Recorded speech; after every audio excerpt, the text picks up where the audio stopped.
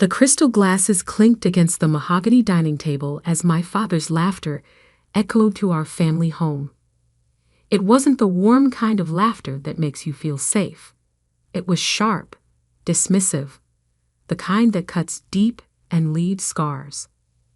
30 years old, living in that tiny apartment, and still no real job. He continued, swirling his aged whiskey. I always knew you'd struggle without proper direction, Sophia, but this is truly pathetic. My sister Victoria dabbed her lips with an embroidered napkin, perfectly manicured nails gleaming under the chandelier light. At least she showed up this time, she said with fake sympathy. Though maybe it would have been better if she hadn't.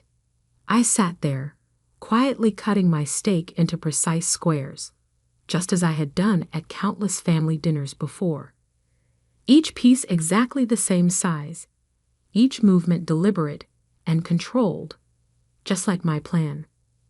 Tell us again, Sophia, my mother chimed in, her voice dripping with artificial concern. What exactly do you do all day? Surely you're not still working on that. What did you call it? That little online project. The little online project they were mocking had just cleared $50 million in revenue last quarter, but they didn't need to know that. Not yet. Actually, I said, keeping my voice steady, I've been quite busy lately. Just finalized a rather significant purchase. Dad nearly choked on his whiskey. Purchase? What could you possibly purchase? A new coffee maker for that shabby apartment of yours? Victoria snickered.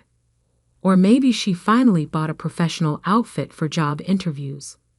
God knows she needs one. I placed my fork down gently, remembering the stack of papers I'd signed just hours earlier. The acquisition documents for Barrett & Sons, the company my father had worked at for 30 years, the same company where Victoria was now Junior VP of Marketing, the same company that had rejected my application 5 years ago because I wasn't management material. Something like that, I replied softly, taking a small sip of water. Let them laugh. Tomorrow would be interesting enough. My father launched into his favorite lecture, the one about wasted potential and family disappointment. I'd heard it so many times I could recite it word for word.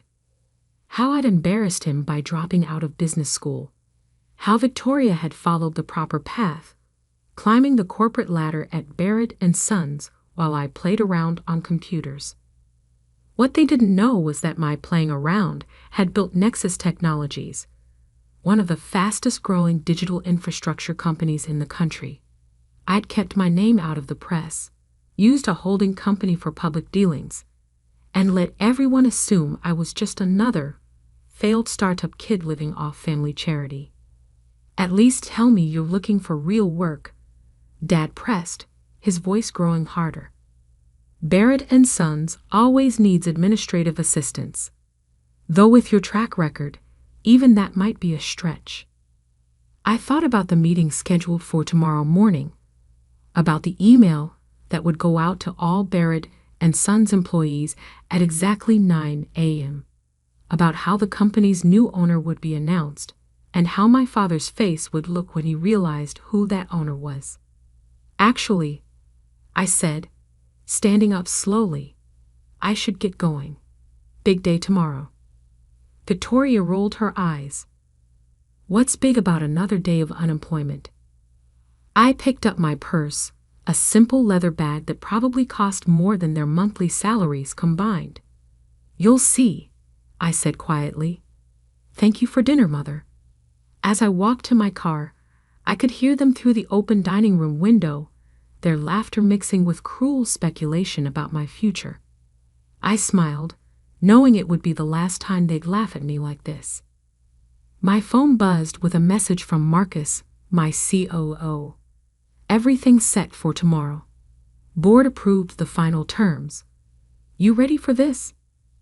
I typed back a simple yes as I slid into my Tesla Model S, a car I never drove to family dinners. Better to let them think I still took the bus. The drive home was quiet, city lights blurring past, as I thought about the journey that had led here. 5 years ago, I'd walked out of Barrett and Sons after a humiliating rejection interview. Victoria had been on the panel, smirking as she informed me I wasn't qualified for even an entry-level position.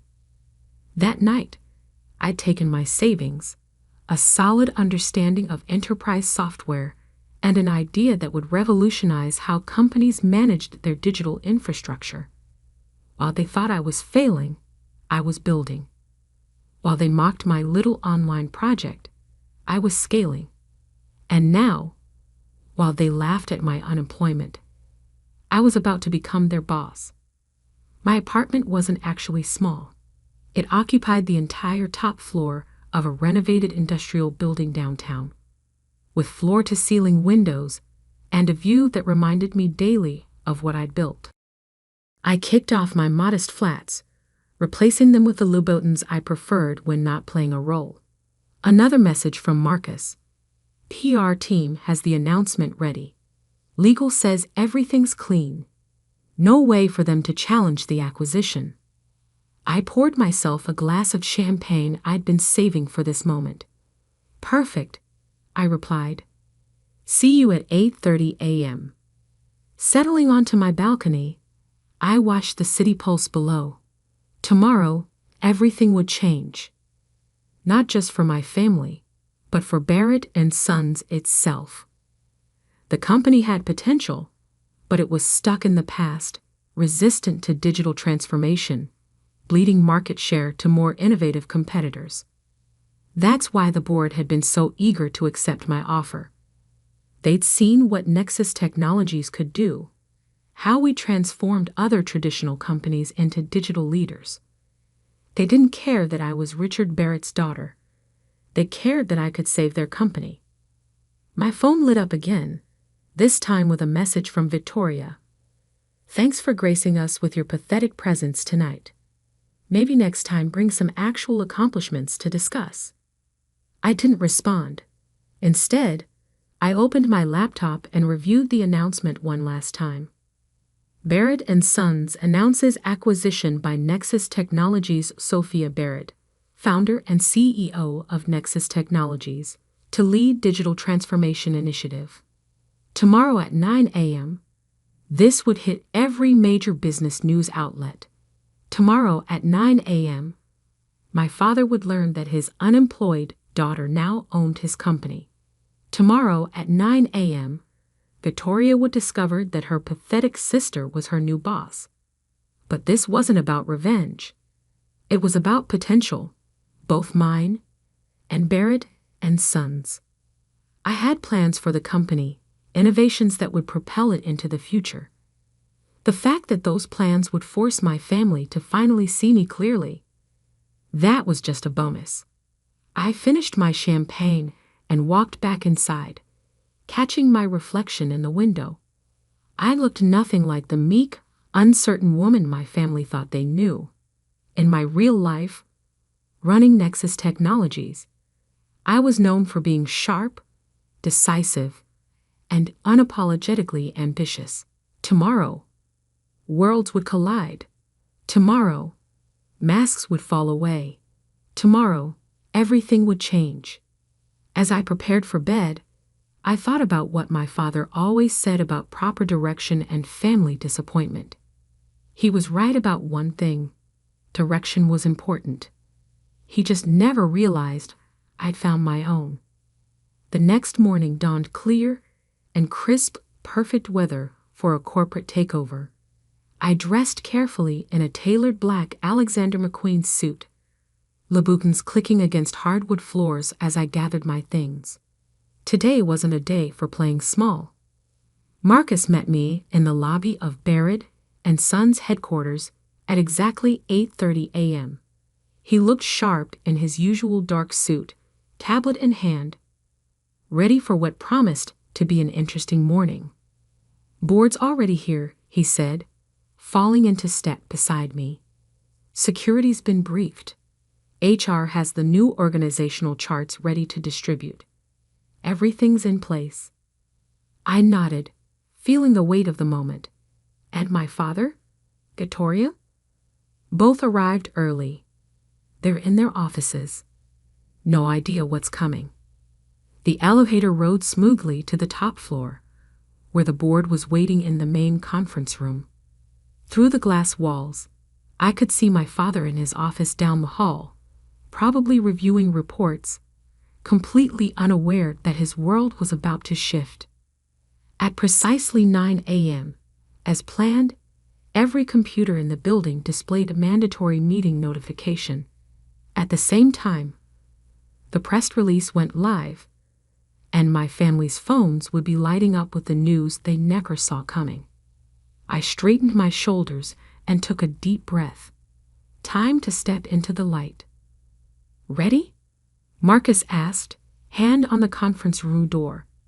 I smiled, thinking of last night's dinner, of all the dinners before it, of every dismissive laugh, every cruel comment, every moment they underestimated me. Oh yes, I said quietly. I've been ready for years. The door opened, and I walked in to take my place at the head of the table. The board members stood respectfully, already aware of what was about to unfold.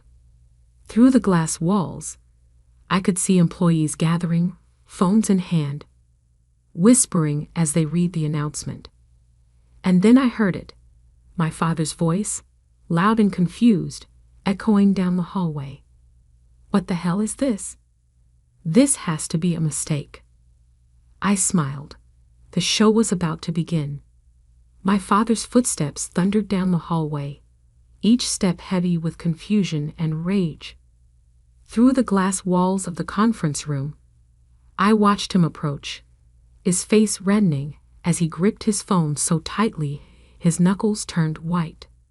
Behind him, Victoria hurried to keep up, her designer heels stumbling slightly as she tried to maintain her usual composure. My father's footsteps thundered down the hallway, each step heavy with confusion and rage. Through the glass walls of the conference room, I watched him approach, his face reddening as he gripped his phone so tightly his knuckles turned white. Behind him, Victoria hurried to keep up, her designer heels stumbling slightly as she tried to maintain her usual composure. The board members exchanged knowing glances. They'd been prepared for this moment, briefed on the likelihood of a scene. I remained standing, calm and steady at the head of the table, as my father burst through the door. What is the meaning of this? He demanded, thrusting his phone forward. The press release glowed on the screen, my name and title clear as day. Sophia Barrett, CEO of Nexus Technologies? This has to be some kind of joke. I smiled slightly, the same soft smile I'd given at countless family dinners. Good morning, Dad. I see you've received the announcement. Victoria pushed past him, her perfectly arranged features twisted with disbelief. This isn't possible, she sputtered. You're unemployed. You live in that tiny apartment. You can't even afford a proper car. Actually, Marcus stepped forward, tablet in hand. Ms. Barrett owns the entire building she lives in. As for transportation, there's a Ferrari in her private garage, though she prefers the Tesla for daily use. Shall I continue? That's enough, Marcus, I said quietly. I'm sure they're getting the picture. My father's face had gone from red to pale. He gripped the back of a chair, staring at me like he was seeing a stranger. In many ways he was. How? He whispered. How is this possible? I gestured for everyone to sit. The board members complied immediately, but my father and Victoria remained standing, still frozen in shock. It's quite simple, I began, my voice steady and professional. 5 years ago, when Barrett and Sons rejected my application, telling me I wasn't qualified for even an entry-level position, I decided to build something of my own. That little online project you've been mocking? That's Nexus Technologies. We revolutionized digital infrastructure management. Last quarter's revenue was just over $50 million. Victoria's designer bag slipped from her shoulder, hitting the floor with a dull thud. But you never said anything. You let us think. I let you think what you wanted to think. I finished for her. It was easier that way. More peaceful. And honestly, your assumptions made this acquisition much smoother. My father finally found his voice again. Acquisition? You bought Barrett and Sons. The board approved the sale unanimously. I confirmed, nodding to the members seated around the table. Barrett and Sons needs digital transformation to survive in today's market. Nexus Technologies can provide that. It's a smart business decision. Nothing more. Nothing more.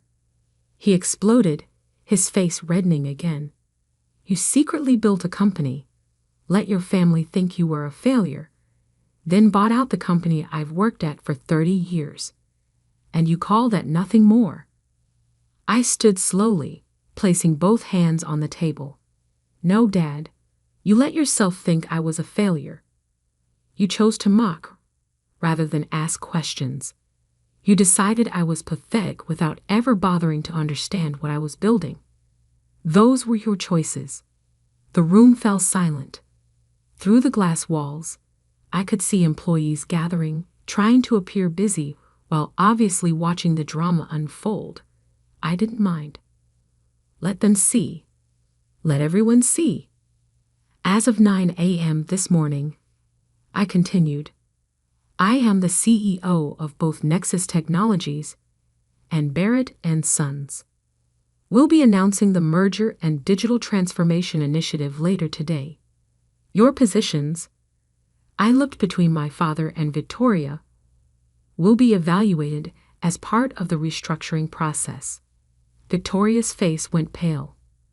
You can't fire us. We're family. I felt a smile tug at my lips. Funny. Being family didn't stop you from rejecting my application 5 years ago.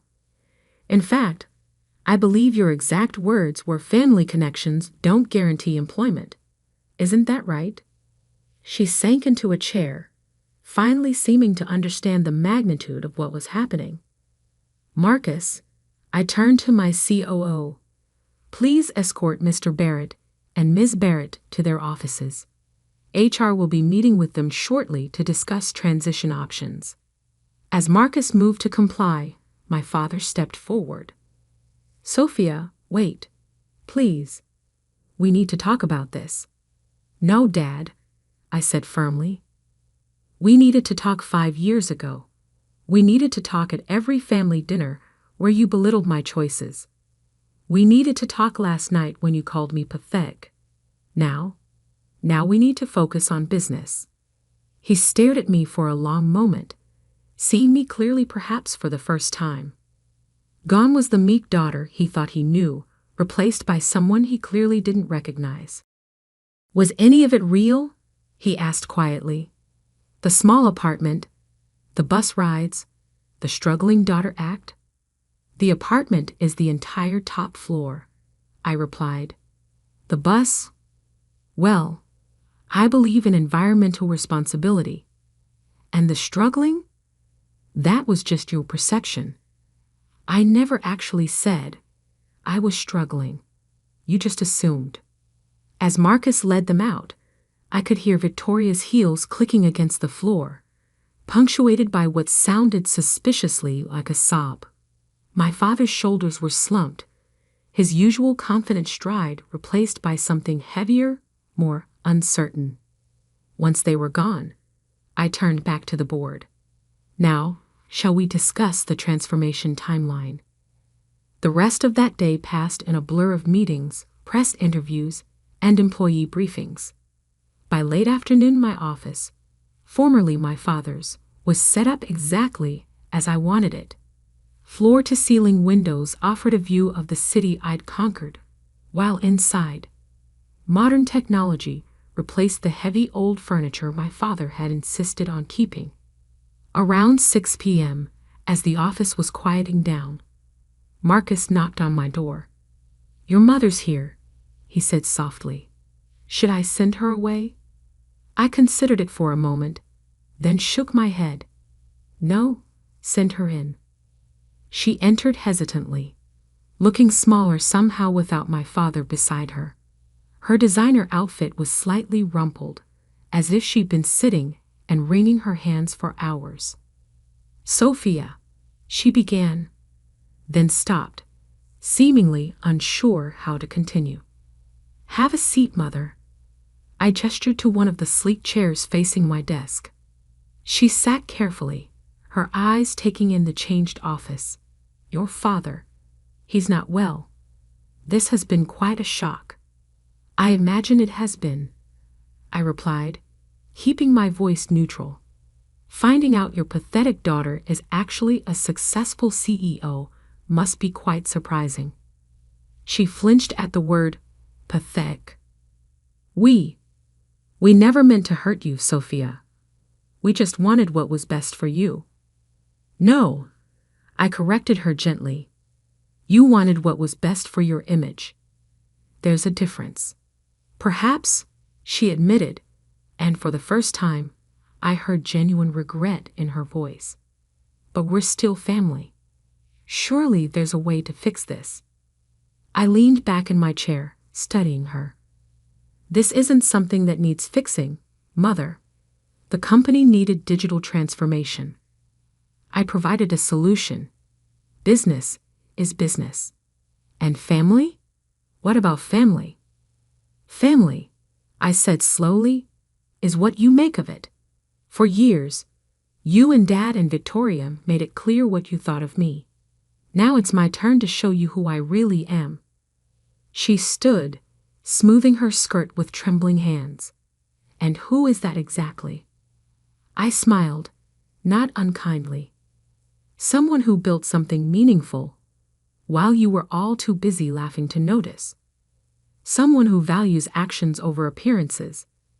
Someone who won't apologize for success, even if it makes others uncomfortable." She nodded slowly, then turned to leave. At the door, she paused. "Your father? He's proud, you know." Beneath the shock and anger, I can see it. He's proud, and terrified, and ashamed all at once. "Good," I said softly. "He should be." After she left, I walked to the window, watching the sunset paint the city in shades of gold and purple. My phone buzzed with a message from Victoria. "I'm sorry. For everything. Can we talk? Please?" I didn't respond immediately. Instead, I thought about the long game, about how success isn't just about proving others wrong. It's about proving yourself right. About how sometimes the quietest person in the room is the one you should watch most carefully. Finally, I typed back, "Monday, 9 a.m. We'll discuss your role in the new organization." Another message appeared, this time from my father. "You've outdone yourself, Sophia. I never saw it coming. I'm sorry I never saw you." This one, I left unanswered. Some revelations don't need a response. Sometimes silence speaks volumes. Marcus appeared in the doorway. "Car's ready whenever you are, boss." I gathered my things, taking one last look around the office that had once represented everything I couldn't have. Now it was just another milestone on a journey that was far from over. "You know," Marcus said as we walked to the elevator, "I've never seen anyone pull off a takeover with quite so much style." I laughed softly. "It wasn't about style, Marcus.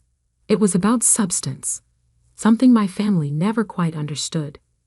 The Tesla waited in the underground parking garage, sleek and silent. As we drove through the evening traffic, I thought about last night's dinner, about how different everything would be now. No more hiding, no more pretending, no more quiet smiles while they laughed. "Where to?" Marcus asked. "Your place?" I shook my head. "The office. Nexus Technologies. We've got a merger to plan." Because that's the thing about success. It's not an endpoint. It's a beginning, and I was just getting started. 3 months later, Barrett and Sons had been fully integrated into Nexus Technologies. The digital transformation was ahead of schedule. Profits were up, and employee satisfaction had improved dramatically. Victoria had accepted a position in marketing, humbled but determined to prove herself on merit alone. My father had taken early retirement, though he occasionally sent emails with suggestions for the company, some actually quite insightful. Family dinners. We still had them, but they were different now. No more mockery, no more assumptions, no more quiet smiles hiding bigger truths. Now we talked about real things: business, innovation, the future. And if sometimes the conversation got a bit tense, well, that was just part of the new normal. As for me, I kept the simple apartment, though I didn't pretend it was small anymore. I still took the bus sometimes, not out of pretense, but because it gave me time to think. And that little online project, it just kept growing, expanding, transforming. Because that's what happens when you stop letting others define your worth. You define it yourself, quietly, steadily, one success at a time. And sometimes, just sometimes, you get to watch their faces when they finally figure it out.